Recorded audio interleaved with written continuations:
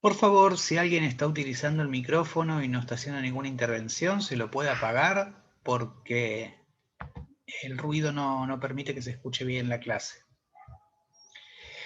Gracias. Bueno.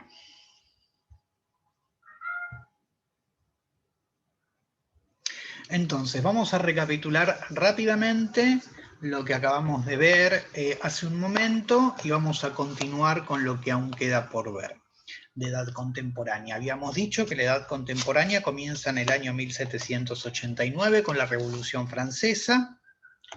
Aquí vemos una imagen de la toma de la Bastilla, que fue un hecho, un hito dentro de lo que fue la Revolución Francesa.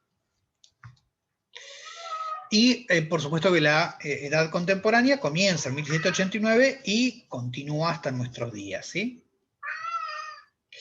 Aquí tenemos una imagen de niños obreros, ¿sí? Que es uno de los resultados que tuvo el progreso, que se generó en especial a partir de la segunda revolución industrial, a mediados del siglo XIX. Ya a mediados del siglo XVIII, 1750, había habido una primera revolución industrial, sobre todo basada en el vapor, en la máquina a vapor, y que tuvo su epicentro en Inglaterra, ¿sí? A diferencia de la primera revolución industrial, la segunda revolución industrial va a tener un muy fuerte impacto en la vida de las personas, en su vida cotidiana. Los adelantos y las innovaciones que se van a generar tienen un impacto muy fuerte en la vida de las personas. Por ejemplo, se desarrolla muchísimo la industria del vidrio, ¿sí? Por ejemplo, hacia fines del siglo XIX se desarrollan los primeros automóviles, la luz eléctrica, ¿sí? También. Entonces son adelantos a nivel técnico que tienen un muy fuerte impacto en la vida de la gente. Claro, el costo social de ese progreso y de esa racionalidad llevada a cada rincón de la vida tiene estos rostros, ¿no? Ese progreso va desmedido, ¿sí? Y a cualquier precio, va a conducir a la humanidad a principios del siglo XX a una Primera Guerra Mundial, a una Segunda Guerra Mundial, al crack del 29 de la Bolsa de Estados Unidos, que generó un desastre, ¿no? Entonces, bueno, es un periodo como para empezar a pensar un poco los costos del progreso también, ¿no? Esto era una imagen que comentábamos más extensamente en el segmento de clase anterior, que es la estación de Constitución, aquí en Buenos Aires, hacia finales del siglo XIX, donde se ve un poco algunos elementos de época, ¿no? Por ejemplo, reparábamos en ese cartelito que decía Salón para Señoras, ¿no? Que decíamos que no solamente era un lugar para las señoras en la estación, sino que era un lugar social para la mujer, ¿no? No solamente separa hombres de mujeres y pone a las mujeres ahí en resguardo, sino que separa a estas mujeres de otras mujeres, ¿no? Digamos, ser mujer es un modo particular, perdón, ser señora es un modo particular de ser mujer, ¿no? Así que bueno, eso es un poco lo que comentábamos. Aquí lo que tenemos es el cementerio de Recoleta, muy pocos años después, inaugurado muy pocos años después de la Revolución de Mayo, y también hay muy cerca de lo que fue la Revolución Francesa, ¿no? Dijimos Revolución Francesa, 1789, después está 1810, y esto es 1822. Fíjense que no hay tanta diferencia de años. Habíamos visto esta imagen de un cortejo fúnebre ingresando al cementerio de Recoleta, como se utilizaba en la época, tirado por caballos. Si observan en el margen derecho de la imagen, van a ver un vehículo, un auto, ¿sí? Esto ocurría también. Durante bastante tiempo siguió ocurriendo. Es decir, si bien había automóviles, las carrozas, los coches fúnebres, se seguían utilizando, ¿sí? Con caballos. Estos En la avenida central del Hospital Muñiz, 1910. Y ahí vemos un grupo de enfermeras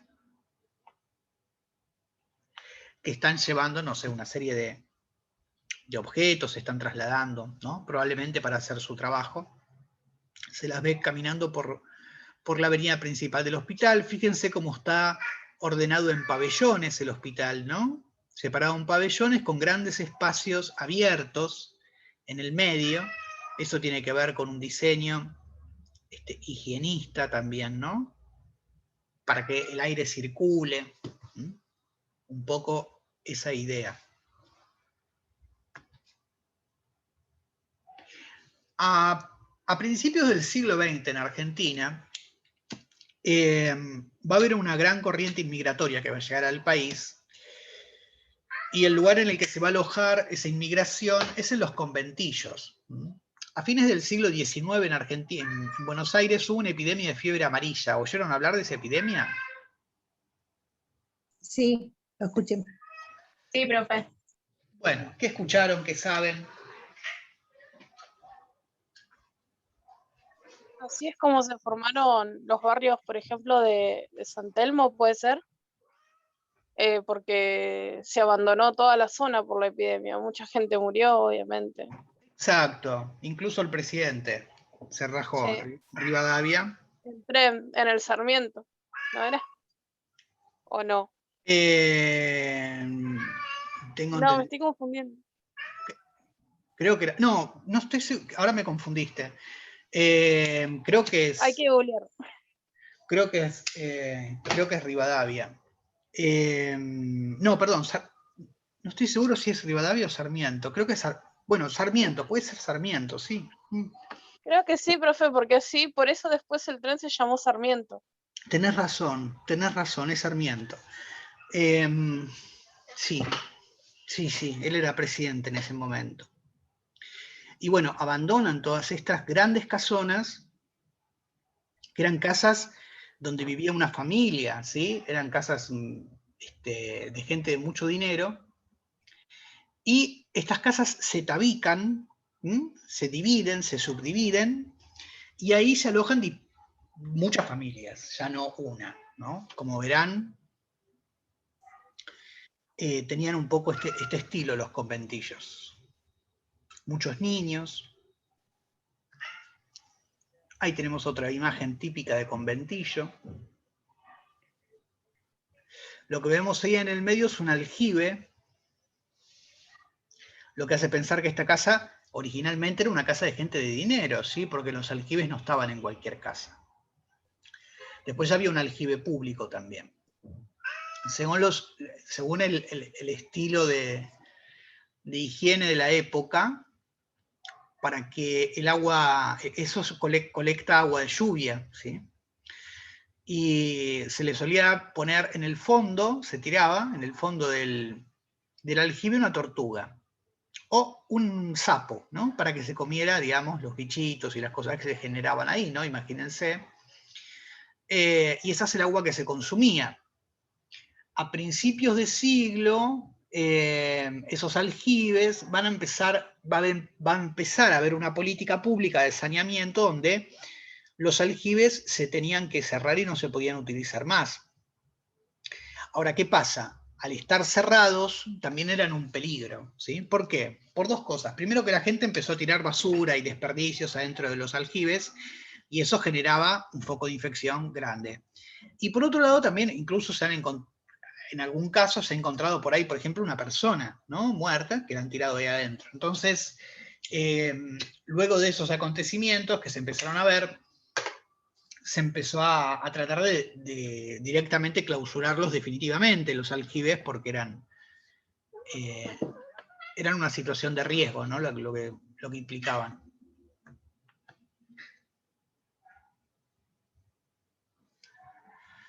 Estoy tratando de pasar diapositivas, pero creo que no hay más. A ver si puedo salir de acá. Bien, y un poco estas son las imágenes que quería compartir con ustedes.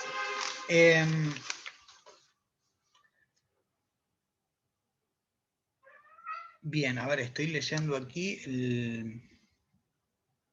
Bien, a diferencia de lo que va a pasar en la Edad Moderna, que yo les dije que se hacía foco en la enfermedad, en este periodo se va a empezar a hacer foco en la salud.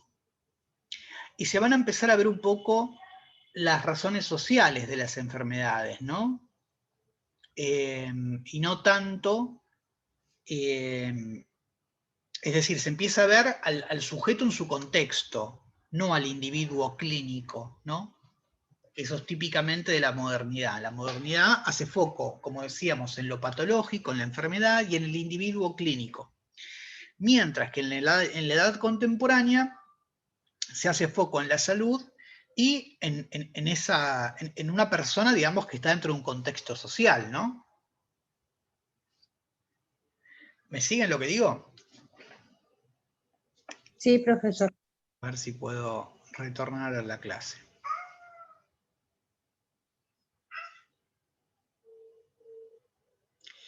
Estoy tratando de volver a la clase, denme un segundo.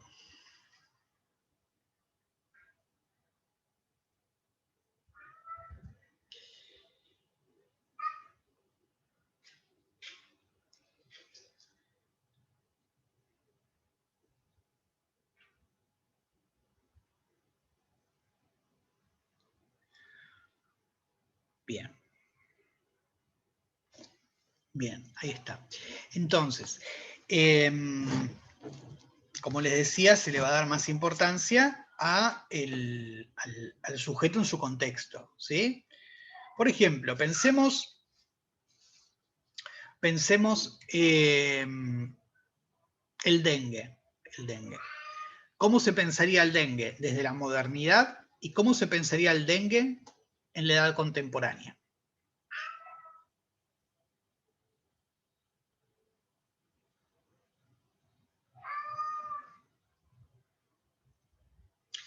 Bien.